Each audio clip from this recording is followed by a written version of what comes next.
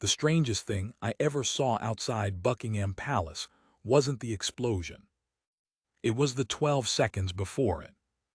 12 seconds where a man in a cream coat stood in the middle of the road, arms folded, chin up, and dared 18 marching soldiers to walk through him.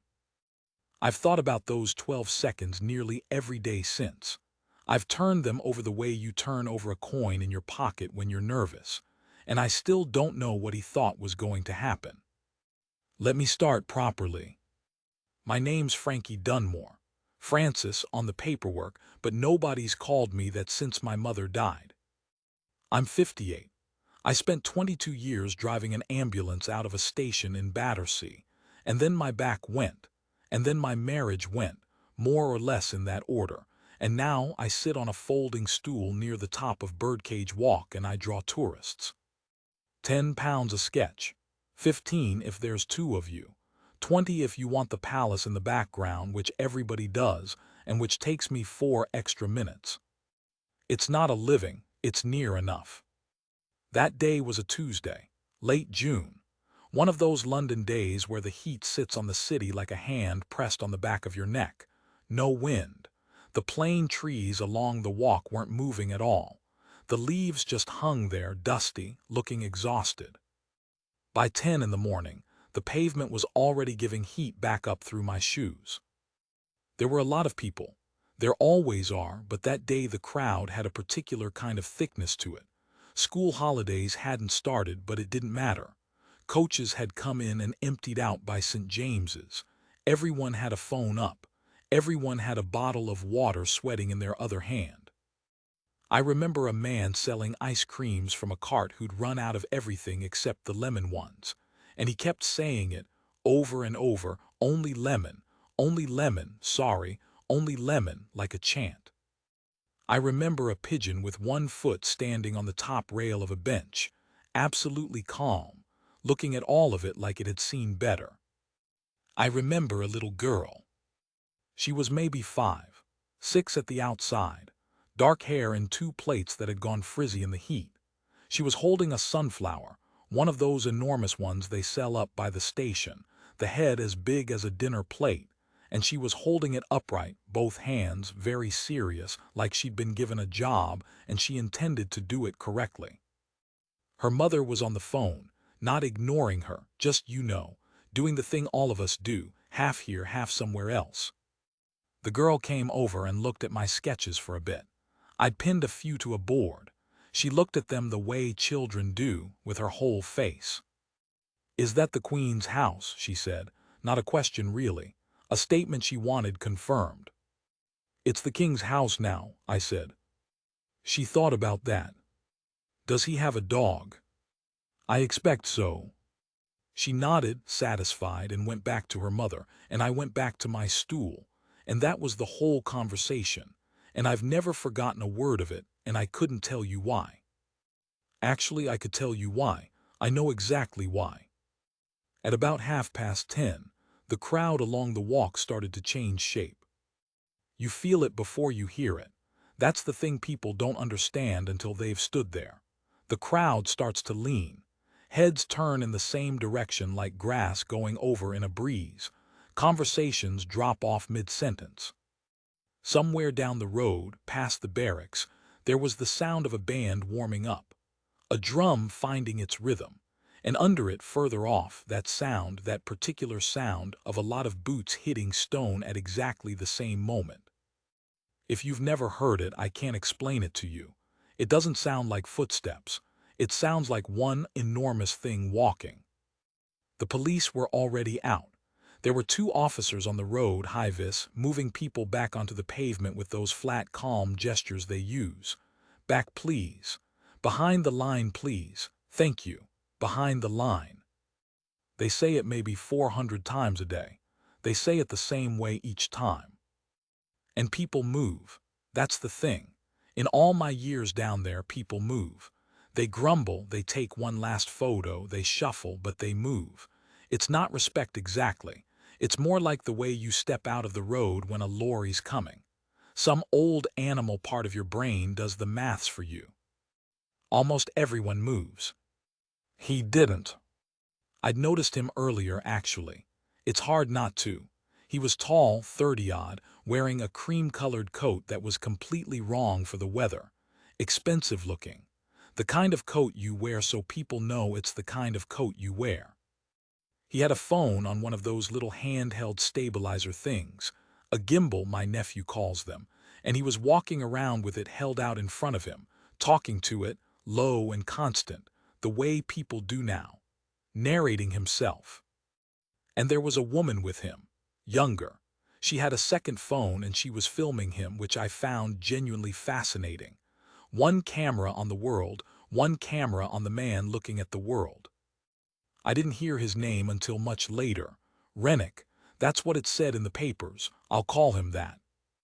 He'd been up and down that stretch of road for 20 minutes doing little bits, standing very close to the sentry at the gate, leaning in, making faces at the camera and then looking at the soldier, then back to the camera, waiting for a reaction that wasn't coming. I've watched 1,000 people do that. It's not new. Most of them get bored in about 90 seconds and go and buy a fridge magnet. He didn't get bored. I watched him get frustrated. There's a difference. Boredom makes you leave. Frustration makes you push. The drumming got closer. One of the officers, a young lad, couldn't have been more than 25, sweat dark under his arms, came down the line clearing the road. He got to Rennick. I was maybe 15 feet away. I heard all of it. "Sir, I need you on the pavement, please." "I'm not blocking anything." "They're coming through in about 2 minutes, sir. Pavement, please." Rennick lowered his phone slightly, just slightly. He looked at the officer with a kind of pleasant amusement, and I remember thinking, oh, he's not going to. "This is a public road," he said. "It is, sir, and in 2 minutes it won't be. Pavement, please." "So it's public, but I can't stand on it." The officer had the patience of a much older man. "That's correct, sir, for the next 4 minutes." The woman had turned her camera on the officer now. He didn't look at it. They're trained not to, I think. Rennick smiled. He turned back to his own phone and said something to it quietly, and whatever it was made the woman laugh, and then he took one step, one deliberate, unhurried step, further into the middle of the road. And he stopped there. And he folded his arms. I want to be fair to him. I've had a long time to think about this, and I want to be fair, because it's easy now with everything that happened after to make him into a monster. He wasn't a monster. He was something much more ordinary and much more common. He was a man who had never once in his whole life been made to move. You could see it in him, in how he stood. He genuinely believed, not as an argument, as a fact, the way you believe the floor is solid, that the world was a thing that arranged itself around him, that if he stood still long enough the parade would go round, the soldiers would part, the road would apologize. Somebody, at some point, had let him win every single one of these. The band came up Birdcage Walk. I say band, you hear it first, and then you see the flash of brass through the trees, and then the whole thing comes round in a mass, and it's bigger than you expected. It's always bigger than you expected. Behind them the detachment, bearskins, red tunics blazing in that flat white light, rifles up on the shoulder, boots hammering down in perfect unison, and the sound coming off the buildings on both sides so it hits you twice. They don't look at you. That's what gets people. 200 faces on the pavement, phones up, kids on shoulders, and every one of those men is looking dead ahead at nothing. The crowd made that noise crowds make. The half surprise, half satisfaction. And in the middle of the road, in a cream coat, arms folded, phone up, stood one man. The officers moved fast, both of them, the young one and an older sergeant who'd come up from behind. "Sir, SIR, move to the pavement now." Rennick didn't turn around. He had his back to the parade and his phone in his own face, and he was talking to it. I could see his mouth going, and the older officer got hold of his elbow, and Rennick pulled it away hard and said something, and I only caught the end of it. Don't touch me, don't you touch me. And here's the thing about the guards. Here's the thing that Rennick did not know, because he'd never needed to know anything. They don't stop. They're not a parade. Not really, not in the sense he thought. That detachment was on its way to relieve the men on post. That's a duty. It has a time on it. Those men have been walking that route in some form for longer than his country has existed, and they do not stop, and they do not go round, and there is a man out in front of them whose entire job in that moment is to make sure the world knows it. The call came. I've heard it hundreds of times, and it still puts something cold down my spine. Make way. Not shouted, delivered, like a stone dropped in a well. The whole crowd went quiet. Even the ice cream man stopped saying only lemon. Rennick turned around. He'd finally heard it, or finally decided to acknowledge it. And his face, I was close enough, I saw it, his face did something I still think about. Because for about half a second he was frightened. Just half a second.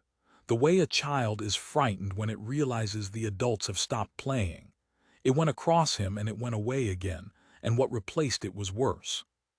He decided to be right. He put his shoulders back. He lifted the phone higher, angled it so the parade was behind him and his face was in the corner, and he set his feet, and I swear to you, he smiled. He was going to make a video out of it.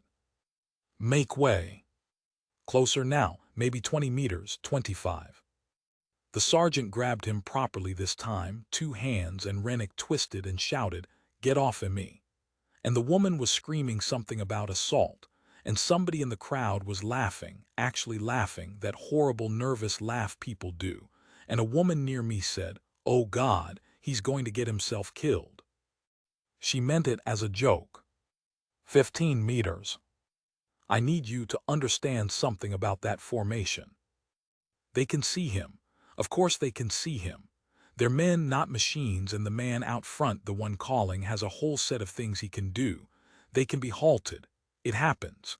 Some poor lost soul wanders out, a pram rolls, a drunk falls over, and they halt, and it's dealt with, and they carry on. But halting is a decision.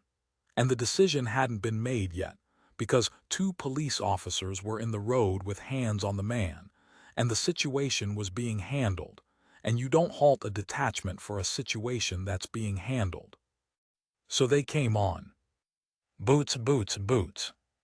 And I sat there on my folding stool with a half-finished sketch of 2 Danish girls on my knee, and I thought, in a very clear and very distant voice, he isn't going to move. He actually isn't going to move.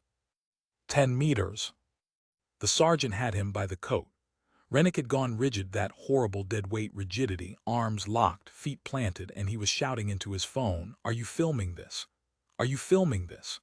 And the officer was hauling, and Rennick's shoes were sliding on the road but not lifting, and the phone was still up, still recording, and the drums were enormous now, filling the whole street, filling my chest. 8 meters.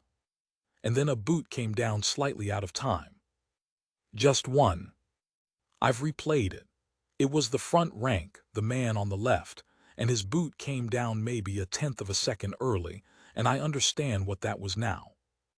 That was a man deciding. Because the call came again, and it wasn't the same call. It came from a different throat, from further back, and it was one word, and it was made of iron. Halt. 16 boots hit the ground as one. The sound went off like a rifle. The whole street felt it. And everything stopped. The band mid-phrase cut. The drums stopped. There was one trailing note from a cornet that hung there and died. Silence. Nothing but the traffic somewhere off past the mall, and a helicopter miles away. And the sound, I'll never lose this, the sound of Rennick breathing. He'd got what he wanted. He had stopped them. 9 meters in front of him stood 18 men, motionless, rifles up, not one of them looking at him. Bearskins. Sweat running down under those things in the heat, and none of them moving to wipe it. The front rank so close he could have thrown his phone and hit them. And he laughed. He turned to his camera and he laughed, delighted, and he said, And this is in the footage. Everyone's seen it now. It went round the world, he said. See, they stop. Everybody stops. I have never in my life wanted to hit someone the way I wanted to hit him then. And I'm not a violent woman. I spent 2 decades picking people up off pavements. I've held the hand of a boy who'd been stabbed outside a chicken shop, and I've told his mother that we did everything we could. I do not have a taste for it. But there was something in that laugh. Because he thought he'd found a truth about the world. He thought the lesson was, push and they fold. And what actually happened, what he was too pleased with himself to see, was that 18 professional soldiers with a job to do had chosen in half a second not to walk over a fool. That's what a halt is. It isn't losing. It's mercy called out in one syllable, and he heard it as applause. The sergeant got him then, properly. Both arms behind, and the young officer had his phone, and Rennick was howling, genuinely howling about his rights, about his followers, about lawyers. The woman with the second camera had backed up onto the pavement. She'd stopped filming. She was just standing there with the phone at her hip, and she looked, I thought, about 11 years old and very tired. And the crowd cheered. Which is its own ugly thing, but there it was.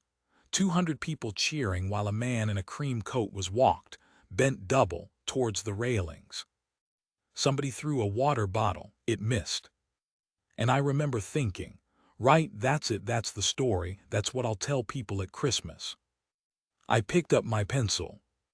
I actually picked up my pencil to finish sketching those 2 Danish girls.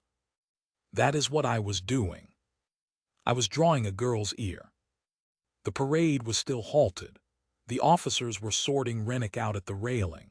Somewhere near the gate, one of the sentries stood in his box, absolutely still, exactly as he had been for the last hour and 40 minutes, having watched all of it happen in front of him and given no sign whatsoever that he'd seen a thing. I'd sketched him before, that one. Not him specifically, I couldn't tell you which of them it was, but I'd drawn that pose 100 times. It's a hard pose to get right. People think it's about the uniform, and it isn't. It's the weight. The way a man stands when he intends to stand there for a very long time. I was drawing an ear. The little girl with the sunflower was about 10 feet from me, holding it up to the light, turning it, watching the yellow go bright and then dull. Her mother had come off the phone. She was saying something to her, reaching down for her hand. And then the air hit us. I want to describe this properly, and I don't think I can. There was a sound. It came from the east, from up beyond the corner of the park, and it didn't sound like an explosion sounds in films. It was flat. It was flat and it was wrong, a huge dull slap, and it arrived at the same time as a push of air that went through my chest and made my ears go strange. The sketchpad left my hands. That's what I noticed, not the noise, the sketchpad.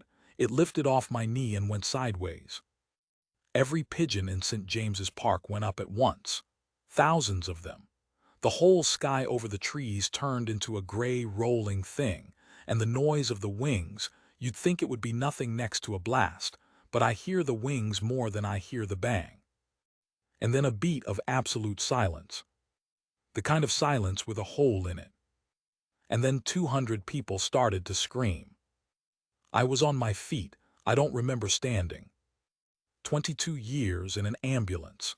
Your body knows things your head hasn't got round to yet. My head was still on the ear I'd been drawing. My body was already looking east, counting exits, looking for smoke. There was smoke. Beyond the trees, past the corner, a dirty column of it going up fast and then flattening out and drifting, and it was black at the bottom and brown higher up. And the crowd broke.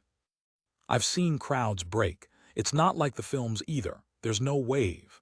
It's stupid and it's jagged. People go 3 different directions. They run at each other. They fall over the things they were sitting on. A man sprinted past me holding an empty pushchair. Not a pushchair with a child in it. An empty one. He'd left the child. He came back. 2 seconds later, screaming, he came back. But he ran first. Everyone runs first. That's not a thing to be ashamed of. I've never once judged a man for the first 2 seconds. It's the third second that tells you who someone is. And in the middle of all of it, 18 men stood absolutely still. I turned and I looked, and there they were, halted as they had been halted, rifles up, bearskins facing dead ahead. Dust and paper and pigeon feathers coming down around them. 200 people running past them and through them and between them, and a woman actually bounced off the shoulder of the man on the end and spun away and kept going. Not one of them moved. Not one. I could see their eyes. That's what nobody believes when I tell it. They weren't blank. Every single one of those men had his eyes hard east, towards the smoke, and they knew exactly what that sound was, better than anyone else on that street knew. And they stood, waiting, because nobody had told them yet. Somewhere behind them an officer was moving. I could see him come up the outside of the column at a fast walk, not a run, a walk, with a radio at his ear. And down at the gate in his box that sentry. He hadn't moved either. The world was coming apart 40 feet from him, and he had his eyes forward and his hands where his hands go, and he stood there like the last upright thing in London. I've thought about that man more than I've thought about the bomb. At the time I thought, he's frozen, he doesn't know what to do. I was wrong. I was so completely wrong that it embarrasses me now. He knew exactly what to do. He'd known since the day they gave him that post. And then, through it, through the running and the screaming and the sirens starting up somewhere across the water, I heard a sound that cut all of it. A child. Not crying. Children cry all the time down there, dropped ice creams, tired legs, nothing. This was different.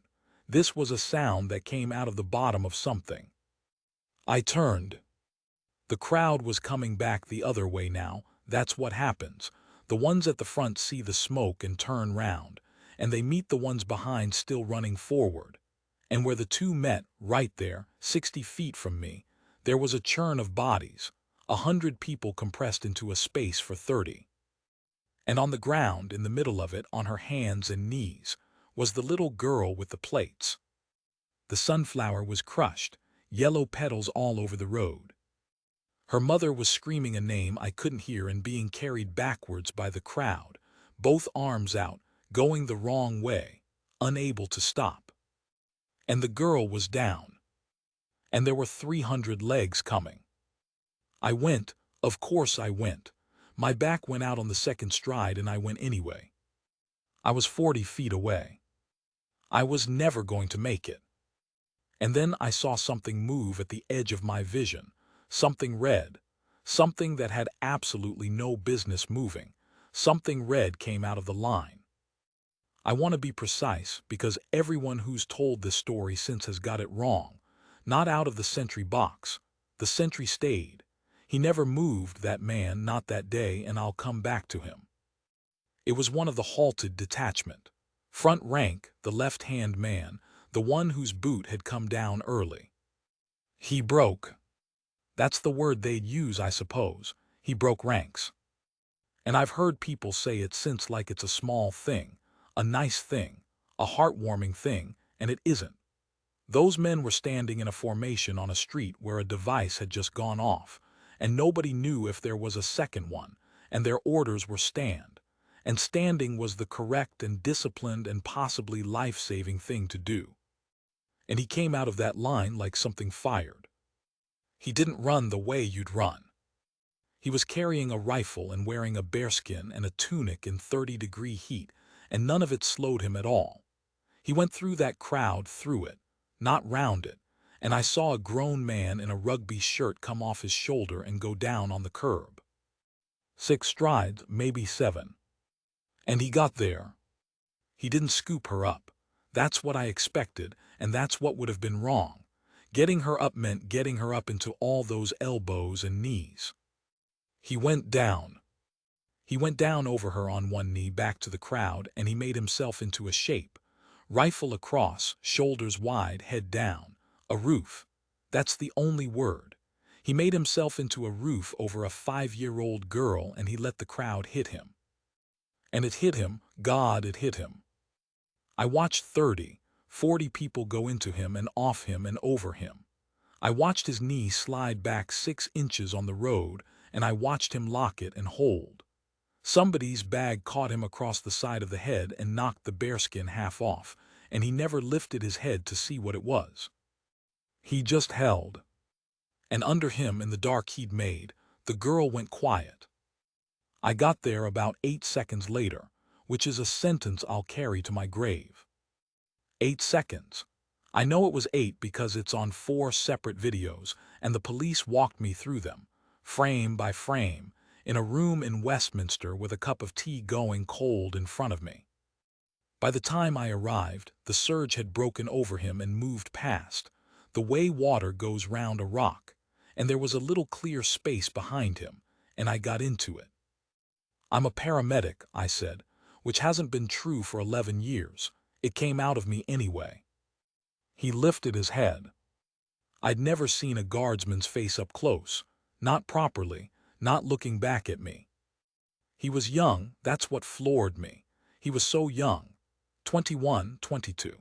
He had a graze across his cheekbone and blood coming down from somewhere in his hair, a lot of it, the way head wounds do, and dust in his eyelashes. And his eyes were completely, unnaturally calm. He said, she's all right, she's not hurt, take her. That's all flat voice, reporting. He shifted his weight and there she was, curled up between his boot and his knee, both arms round the stem of a completely destroyed sunflower, absolutely silent, eyes enormous. I got my hands under her arms and she came up like a cat, stiff, and then she grabbed hold of my collar and wouldn't let go. I looked back at him. He was already standing.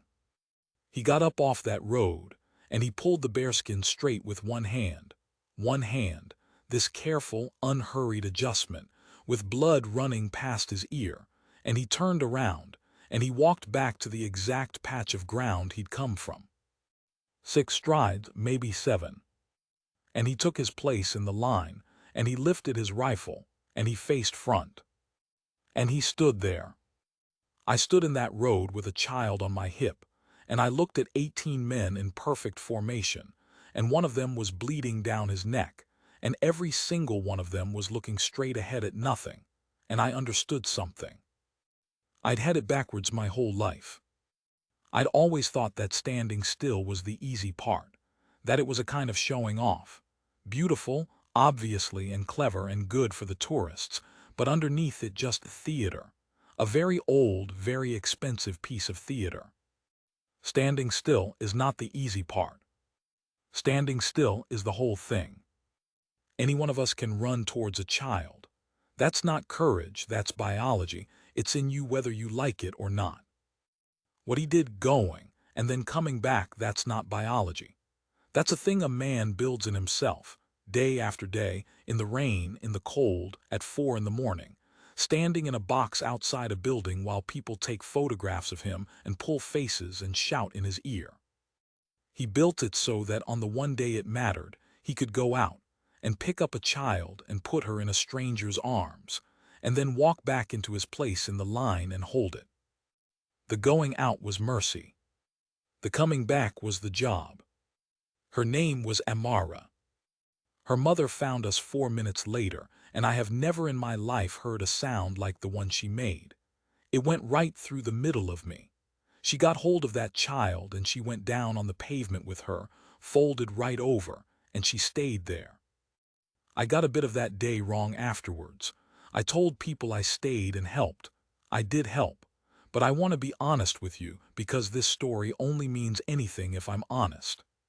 For about a minute after I handed that girl over, I sat down on the curb with my hands shaking so badly I couldn't hold them still, and I cried like a child, and I was no use to anyone at all. Then I got up and I went and did what I know how to do. Here's what actually happened, as far as any of us ever learned. It wasn't at the palace. It wasn't a bomb aimed at the parade or the guard or anyone standing on Birdcage Walk. It was a van, on a road up past the corner of the park, and the papers went through 9 different explanations in 4 days before the investigation settled on the one they settled on. Gas cylinders, improperly stored, in a vehicle that had no business carrying them. Not an attack, an accident. An enormous, stupid, avoidable accident. 2 people were badly hurt.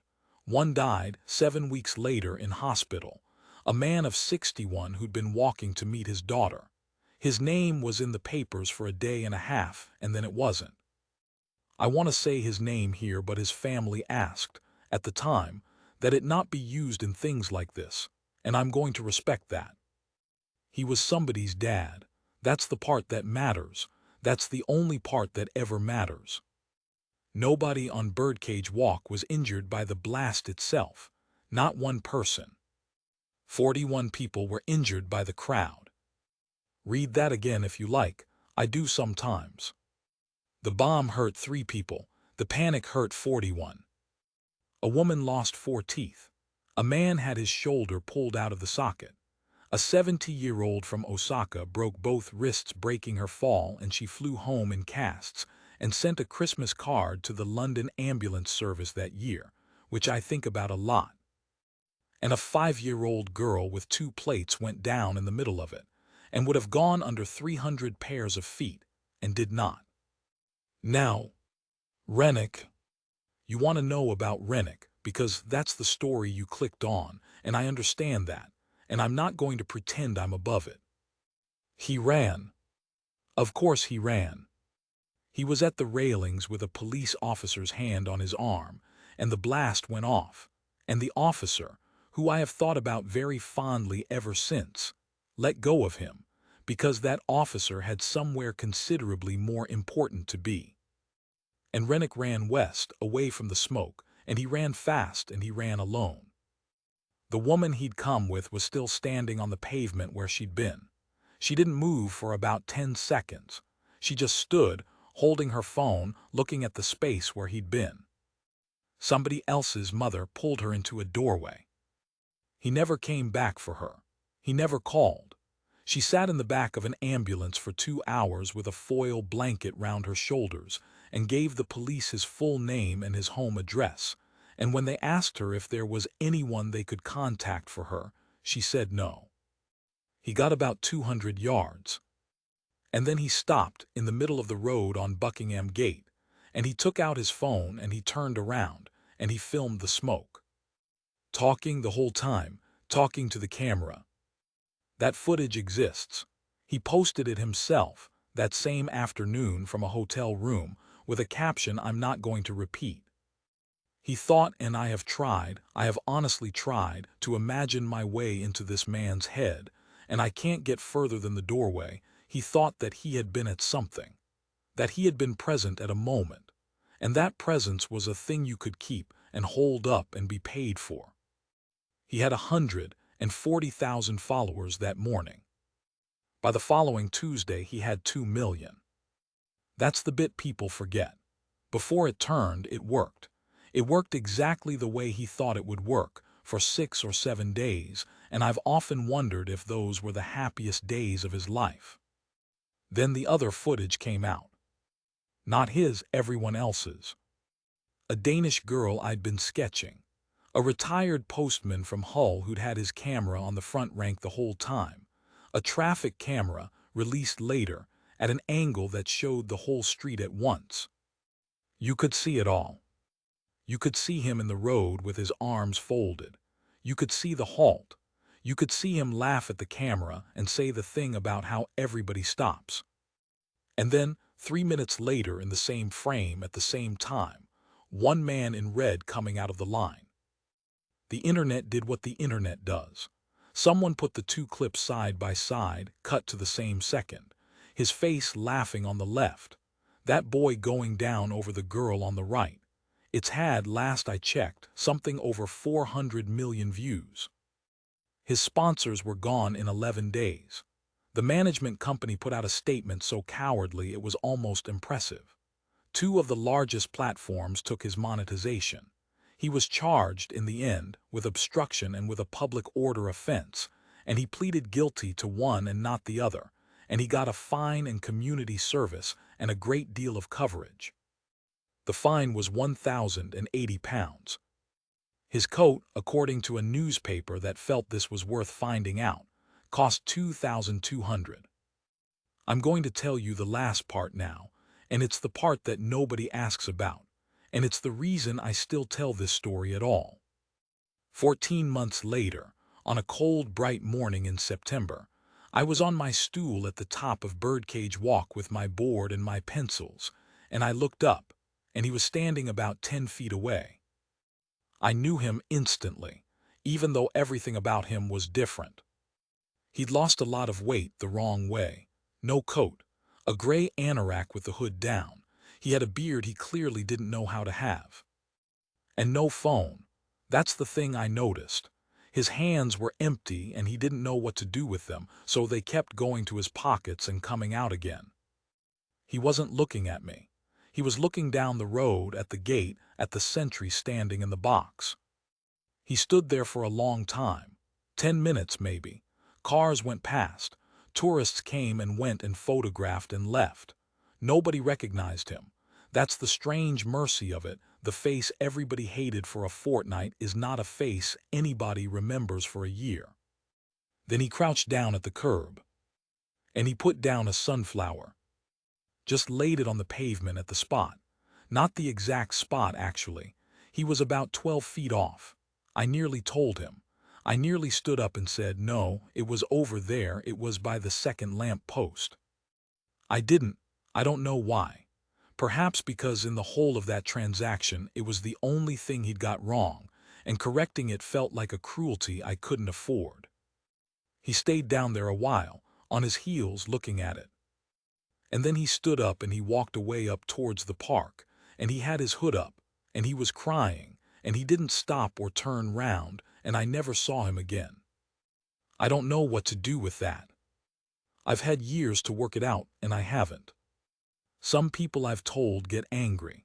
They say, good, he should cry every day. And there's a part of me that agrees, a hard little part, the part that saw the crushed petals on the road. But I keep coming back to the boy in the red tunic. Because he had every reason in the world to hate that man. That man had held them up in the road. That man had made a joke of the thing he'd given his whole young life to. That man had laughed at 18 men doing their duty in 30-degree heat, and then he'd run away and left a girl in the road behind him. And when it came to it, when the ground shook and the sky went full of pigeons, that boy in the red tunic didn't stop to ask who deserved what. He just went, and then he came back and stood his post. He didn't do it because Amara deserved it. He didn't do it because Rennick didn't. He did it because he was there and he could, and it needed doing, and then there was a place he was supposed to be standing and he went back and stood in it. That's not politics. That's not a country or a flag or a uniform. That's just a person being one. His name never came out. Not officially. The regiment doesn't do that, and they were asked 100 times, and they said what they always say, which is nothing at all. He didn't get a medal that anybody photographed. He didn't do an interview. As far as I know, he never spoke about it publicly, not once, not in all these years, and I have looked. I'd like him to know that Amara is 19 now. I know that because her mother writes to me at Christmas, 1 card a year, 12 years running, and every card has the same photograph in it, taken on the same date, of a girl standing in front of a gate holding a sunflower. She's taller than her mother in the last one. She's studying something to do with structural engineering. She wants to build bridges, apparently, and I don't intend to make anything of that, but there it is. Her mother's cards always say the same thing at the bottom. Same 4 words every year, in slightly worse handwriting as her arthritis gets on. Thank the standing man. So that's the story. A man in an expensive coat stood in the middle of a road and refused to move, because he had spent his whole life discovering that the world moves for people who don't. And 3 minutes later the world came apart, and he ran alone, and everything he thought he was worth went with him. And 40 feet away, a boy of 22, whose name nobody will ever know, went out into a stampede for a stranger's child and then walked back and stood on the same 6 inches of London stone he'd been given that morning, and stood there until somebody with the authority to do so told him he could stop. Everybody thinks the hard thing is stepping forward. It isn't. The hard thing is standing still, in a world that's screaming at you to run, and staying exactly where you promised you would be, so that when it's all over, and the smoke's gone, and the pigeons come back down out of the sky, the rest of us have somewhere to run back to. Some men need the world to look at them. And some men just hold the ground, so the world has something left to look at.